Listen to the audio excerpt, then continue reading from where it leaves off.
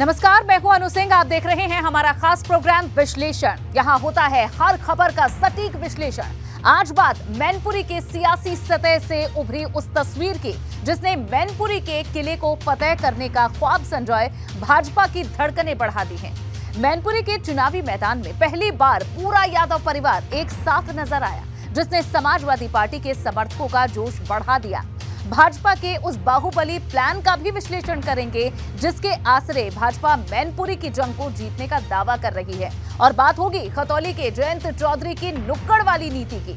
वहीं निकाय चुनाव की तारीखों के ऐलान से पहले सीएम योगी ने पश्चिमी यूपी की जमीन से प्रचार का बिगुल फूंक दिया है। तो कहीं मत जाइए, बने रहिए हमारे साथ, क्योंकि अब होगा विश्लेषण।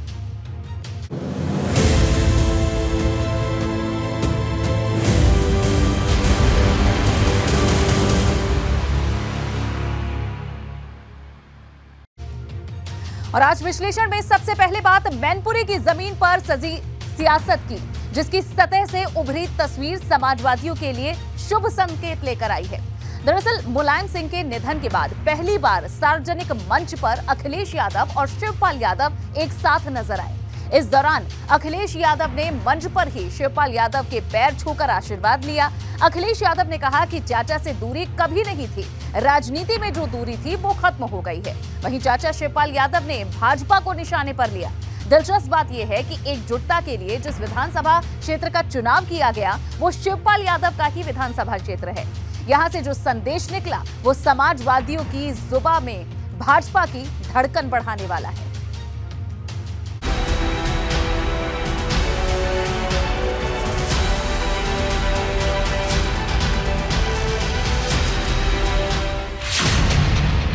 मैनपुरी विजय के लिए अखिलेश का मास्टर स्ट्रोक।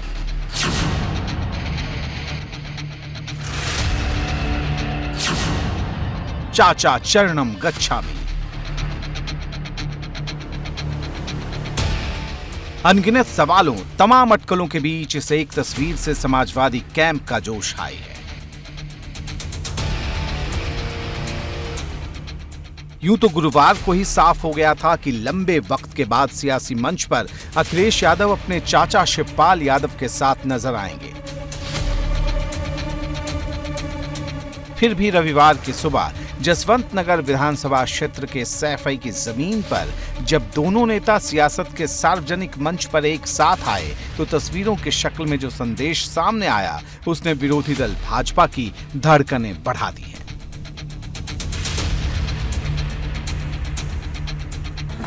अब घबराहट तो बीजेपी को हो रही होगी,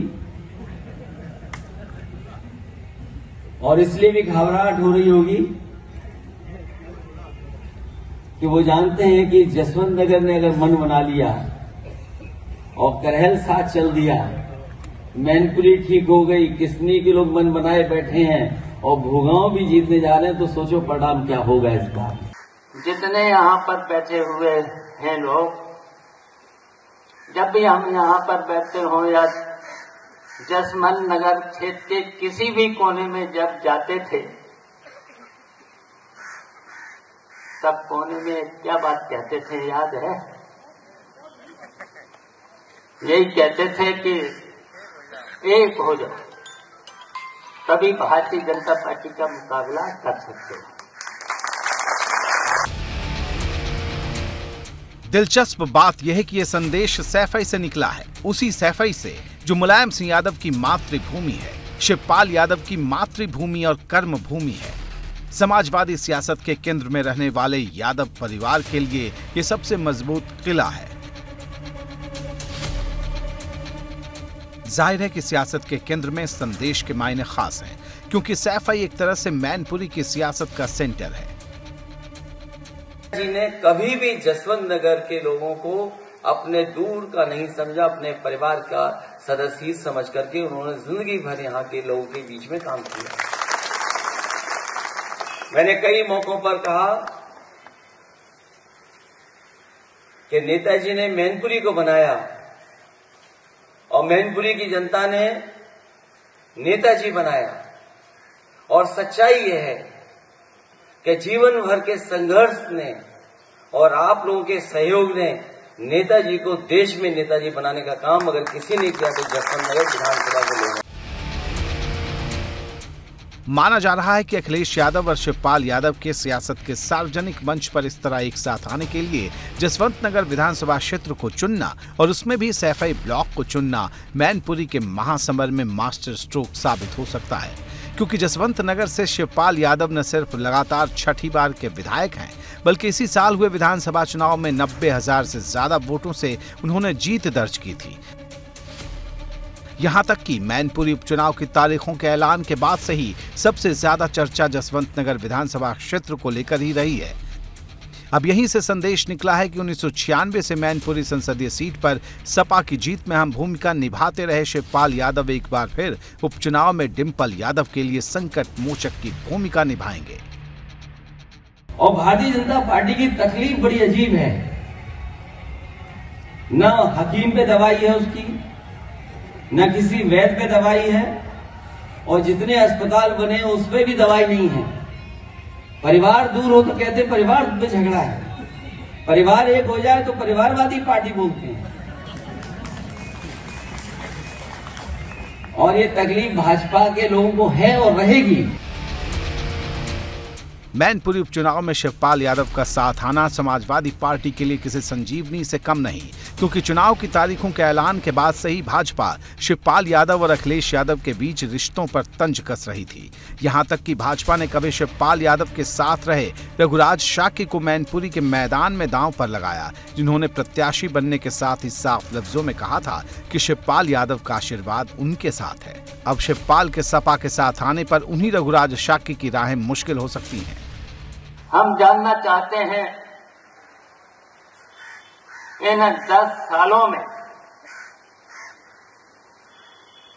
कहीं पर भी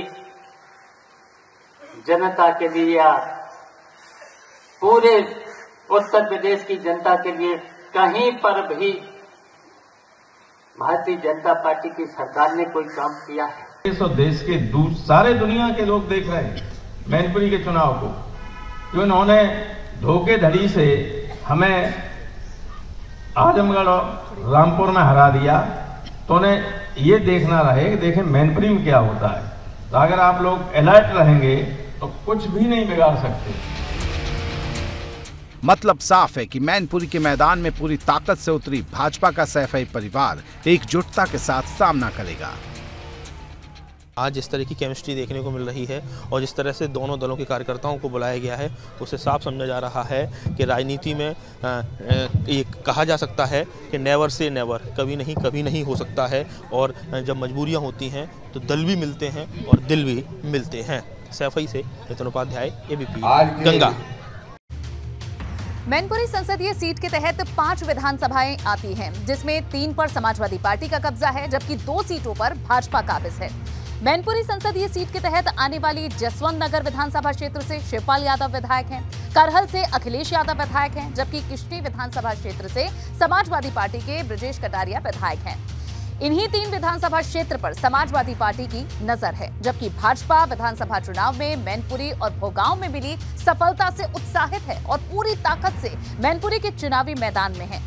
शिवपाल यादव का साथ मिलने से समाजवादी पार्टी को उम्मीद है कि मैनपुरी में साइकिल की रफ्तार थमेगी नहीं, जबकि मैनपुरी उपचुनाव को किसी मौके की तरह वो देख रही है।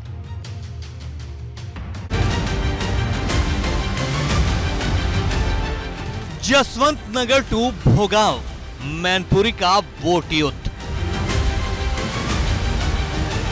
एकजुट सैफई परिवार भाजपा के विरुद्ध। भगवा विजय के लिए मोर्चे पर मंत्री। कामयाब होंगे चाचा भतीजा या भाजपा के चौधरी। मैनपुरी में छिड़े महासमर के बीच समाजवादी कैंप से आई तस्वीर ने तमाम समीकरणों को बदल दिया है। सार्वजनिक मंच पर सैफई परिवार में एकजुटता की ये तस्वीर ठीक उस वक्त आई है जब मैनपुरी में महाविजय के लिए भाजपा मंत्रियों को उतारने जा रही है। साफ है कि मैनपुरी उपचुनाव सियासत के महायुद्ध में बदलने जा रहा है, जहां एक ओर है चाचा भतीजा की जोड़ी और साथ है नेताजी की अविजित विरासत, तो दूसरी ओर है केंद्र और राज्य की सत्ता में लगातार दूसरी बार बहुमत के साथ शिखर छूने वाली भगवा ब्रिगेड। जाहिर है मुकाबला बेहद कड़ा है। सबसे बड़ी चुनौती समाजवादी पार्टी के सामने है। मैनपुरी संसदीय सीट पर समाजवादी पार्टी के विजय रथ को कायम रखने की, नेताजी के सियासी विरासत को बचाने की, और शायद इसलिए अखिलेश यादव से लेकर रामगोपाल यादव तक सियासत के मंच से नेताजी का नाम ले रहे हैं और दोहरा रहे हैं कि मैनपुरी उपचुनाव के नतीजे ही तय करेंगे कि भाजपा को रोका जा सकता है या फिर नहीं। मैनपुरी लोकसभा क्षेत्र से जब आप बुरी तरह से हरा देंगे बीजेपी को, तो लोगों को ये एहसास हो जाएगा कि ये हार सकती है पार्टी, और केवल मैनपुरी से ही नहीं बल्कि उत्तर प्रदेश और देश के सारे दुनिया के लोग देख रहे हैं मैनपुरी के चुनाव को, कि उन्होंने धोखेधड़ी से हमें आजमगढ़ और रामपुर में हरा दिया, तो उन्हें ये देखना रहे कि देखें मैनपुरी में क्या होता है। तो अगर आप लोग अलर्ट रहेंगे तो कुछ भी नहीं बिगाड़ सकते, कोई कुछ नहीं बिगाड़ सकता है। हो सकता है आप लोगों के खिलाफ इस दौरान कुछ लोग फर्जी मुकदमे काम करें, तो उसमें पकड़ में मत आना। इस बीच सैफई परिवार की एकजुटता से उत्साहित समाजवादी पार्टी के कार्यकर्ता गांव-गांव मत रहे हैं, घर घर दस्तक दे रहे हैं, पार्टी के पक्ष में माहौल तैयार कर रहे हैं। दावा है कि उपचुनाव में समाजवादी पार्टी की जीत नया रिकॉर्ड बनाएगी। आदरणीय राष्ट्रीय अध्यक्ष जी ने स्वयं कह दिया कि चचा भतीजे में किसी तरह की कोई फर्क नहीं था, कोई भेद नहीं था। राजनीति में दूरियां थी, राजनीति में थोड़ी दूरियां थी, वो भी सब मिट गई। अब पूरा परिवार राजनीतिक रूप से भी एक है, पारिवारिक रूप से भी एक है, सामाजिक रूप से भी एक है, और गांव की तरह से भी एक। हम 96 के चुनाव में आ रहे हैं 15-20 दिन, इसके बाद धर्मेंद्र जी चुनाव, सबके चुनाव हम लोग रहते हैं। ये पहला चुनाव है इसमें हर वर्ग, हर समुदाय के लोग, चाहे व्यापारी, चाहे किसान, चाहे नौजवान, चाहे छात्र, अभी कॉलेज के प्रबंधक से मिलन का जो वहाँ तमाम काम नेताजी ने अखिलेश जी ने किए हैं। ये चुनाव जनता लड़ रही है। चाचा भतीजे के एक मंच पर आने से समाजवादी पार्टी के कार्यकर्ताओं के साथ शिवपाल यादव की प्रगतिशील समाजवादी पार्टी के कार्यकर्ता भी मैदान में उतर गए हैं। सैफई में मीटिंग के बाद प्रसपा के प्रदेश अध्यक्ष आदित्य यादव ने कहा, परिवार में एकजुटता के परिणाम दूरगामी होंगे। ये उपचुनाव तक सीमित नहीं रहेगा बल्कि इसका असर 2024 पर भी पड़ेगा। समाजवादी पार्टी के राष्ट्रीय अध्यक्ष माननीय अखिलेश यादव जी, साथ में माननीय शिवपाल सिंह यादव जी और माननीय प्रोफेसर साहब जी उपस्थित रहे और उन्होंने अपना मार्गदर्शन दिया। नेताजी ने हमेशा इस बात को रखा है, हम परिवार में सबको ये सिखाया है कि जनता सर्वोपरि है, तो उसी जनता की बात को सुन के माननीय राष्ट्रीय अध्यक्ष जी ने और माननीय शिवपाल सिंह जी ने सर्वोपरि मानते हुए उनकी बात को स्वीकारा है और एकता हुई है। और मुझे लगता है इसका परिणाम आने वाले सिर्फ उपचुनाव नहीं बल्कि आने वाले 2024 के भी जो चुनाव होंगे उसमें आप लोगों को दिखाई देगा। मैनपुरी के महासमर में अखिलेश यादव ने खुद प्रचार की कमान अपने हाथों में संभाल रखी है। वो लगातार जनसभा कर पार्टी के पक्ष में माहौल बना रहे हैं। अखिलेश यादव जसवंत नगर के बाद भोगांव विधानसभा क्षेत्र में प्रचार के लिए पहुंचे। यहाँ भी अखिलेश यादव ने नेताजी की शख्सियत और उनकी जिंदगी में मैनपुरी की अहमियत का संदेश दिया।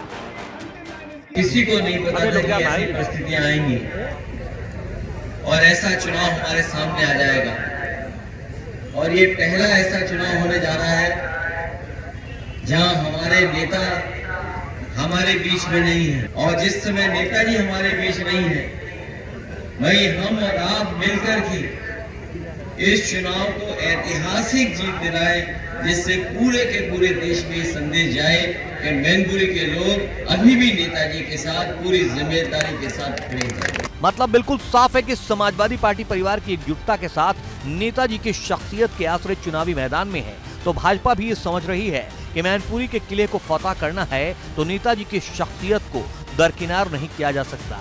इसे केशव प्रसाद मौर्य के ट्वीट से समझा जा सकता है। उन्होंने लिखा, मैनपुरी की जनता से गुंडागर्दी और अराजकता से मुक्ति के लिए भाजपा प्रत्याशी रघुराज सिंह शाक्य को लाखों वोटों के अंतर से विजयी बनाने की अपील करता हूं। नेताजी मुलायम सिंह यादव जी का सम्मान सभी करें, परंतु वोट कमल को दें। दरअसल भाजपा भी समझती है कि समाजवाद के गढ़ में मुलायम सिंह यादव की शख्सियत देश के किसी भी राजनीतिक चेहरे से कहीं ज्यादा बड़ी है। ऐसे में अगर समाजवादी पार्टी को उसी के गढ़ में हराना है तो रणनीति बदलनी होगी। ऐसे में भाजपा मैनपुरी में मंत्रियों की फौज उतारने जा रही है। भाजपा ने 6 केंद्रीय मंत्री, 3 सांसद और योगी सरकार के 7 मंत्रियों को मैनपुरी उपचुनाव की जिम्मेदारी सौंपी है। खुद प्रदेश अध्यक्ष भूपेंद्र चौधरी मोर्चा संभालेंगे। आज पूरा यादव परिवार एक साथ वो उनकी पार्टी का मामला है, लेकिन भारतीय जनता पार्टी आदरणीय प्रधानमंत्री नरेंद्र मोदी जी की गरीब कल्याण नीतियों लेकर जन जन में है। लॉ एंड ऑर्डर के लोग सराहना कर रहे हैं आदरणीय योगी जी का। भाजपा ही जीतेगी, कमल खिलेगा प्रचंड बहुमत से। शिवपाल यादव ने वहां मन से कहा कि बीजेपी सरकार में घूस भ्रष्टाचार और बढ़ गया। उनका इंटरनल मामला है। भारतीय जनता पार्टी शुचिता के साथ एक एक कार्यकर्ता को लेकर आदरणीय प्रधानमंत्री नरेंद्र मोदी गरीब कल्याण योजनाओं को जन जन तक पहुंचा रही है। लॉ एंड ऑर्डर के लोग सराहना कर रहे हैं, बीजेपी ही जीतेगी। जाहिर है मैनपुरी में सपा और भाजपा में पगड़ी फाइट है। अब जनता को तय करना है कि मैनपुरी के लिए कौन रॉन्ग और कौन राइट है। मैनपुरी से नितिन उपाध्याय के साथ ब्यूरो रिपोर्ट, एबीपी गंगा। और अब बात खतौली के सियासी खेल की, जहां सियासत नुक्कड़ आगे बढ़ रही है। दरअसल जयंत चौधरी ने आर पार की जंग में गांव-गांव रालोद के पक्ष में क्रांतिकार रणनीति इसकी तैयार की है। इसी के तहत जयंत चौधरी ने आज अलग-अलग गांवों में 11 नुक्कड़ सभाएं की। भाजपा को निशाने पर लिया, कहा कि भाजपा सरकार ने जो बुलडोजर प्रथा चला दी है वो तभी खत्म होगी जब भाजपा खतौली से हारेगी। वहीं भाजपा ने रालोद प्रत्याशी मदन भैया की बाहुबली छवि को सियासत के केंद्र में ला दिया है।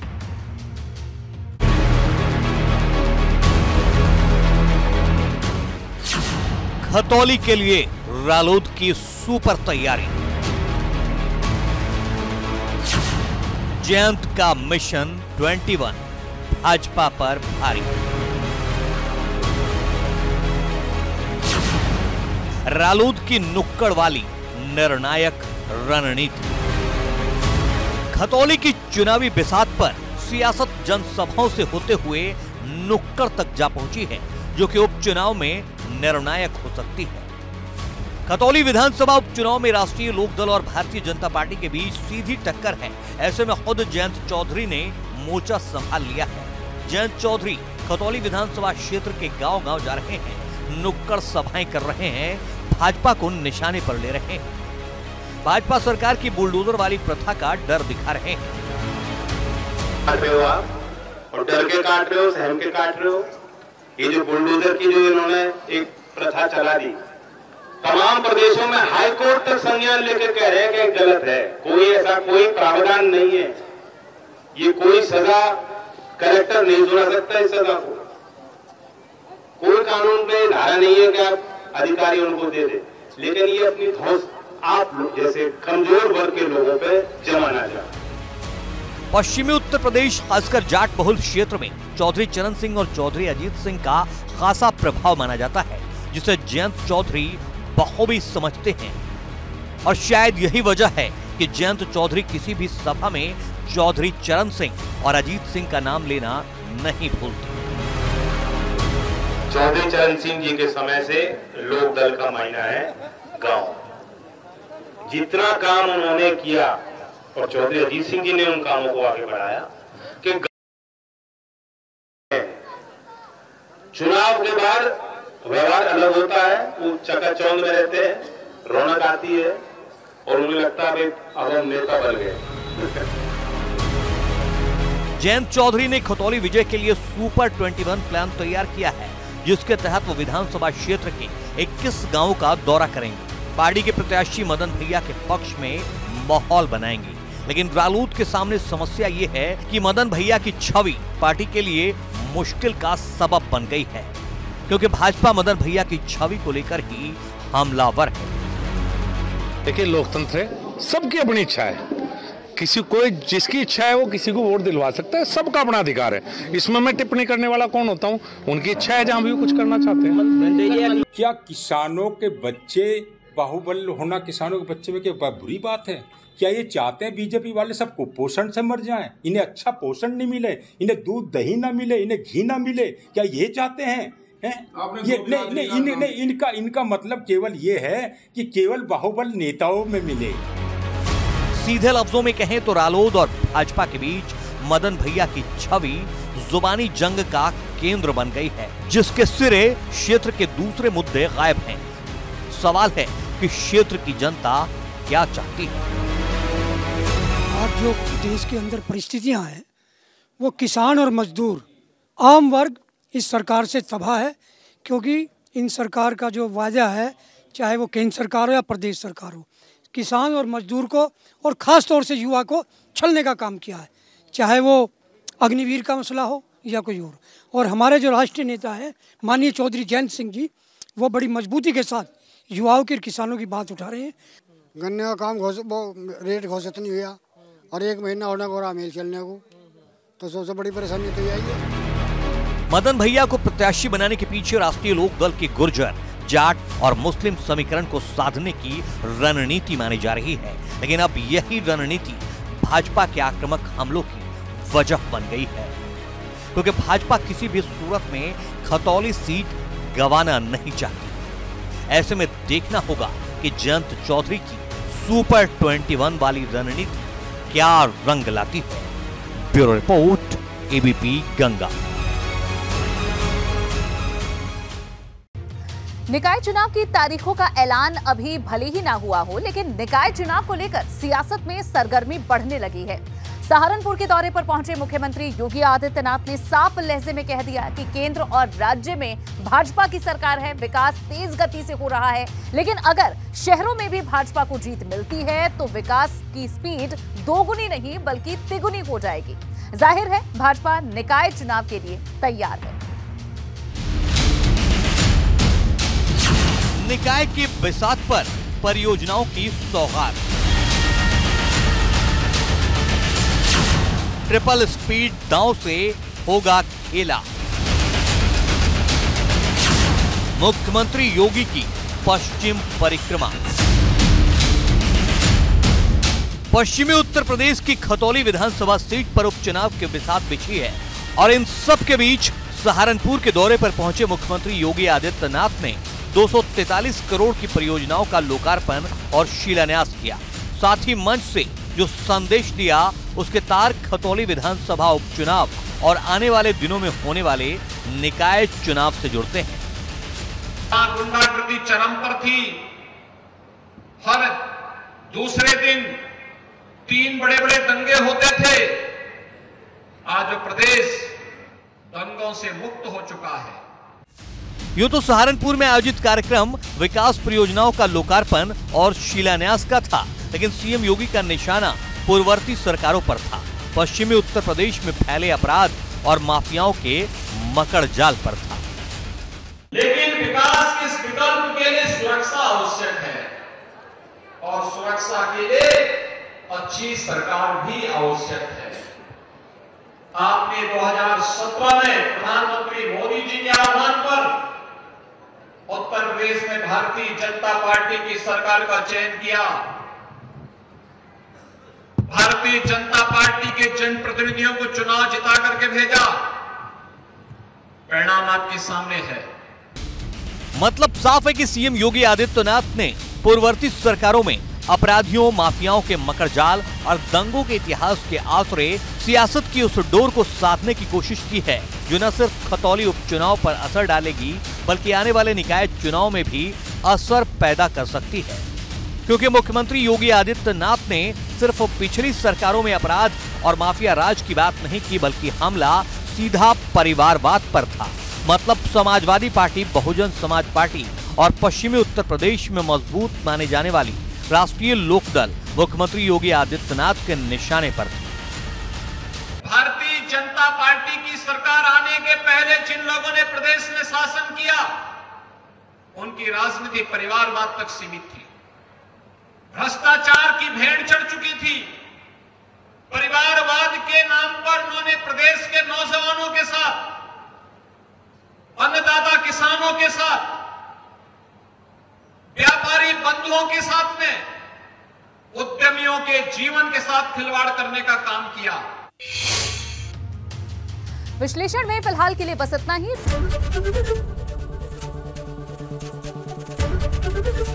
एबीपी गंगा, खबर आपकी, जुबान आपकी।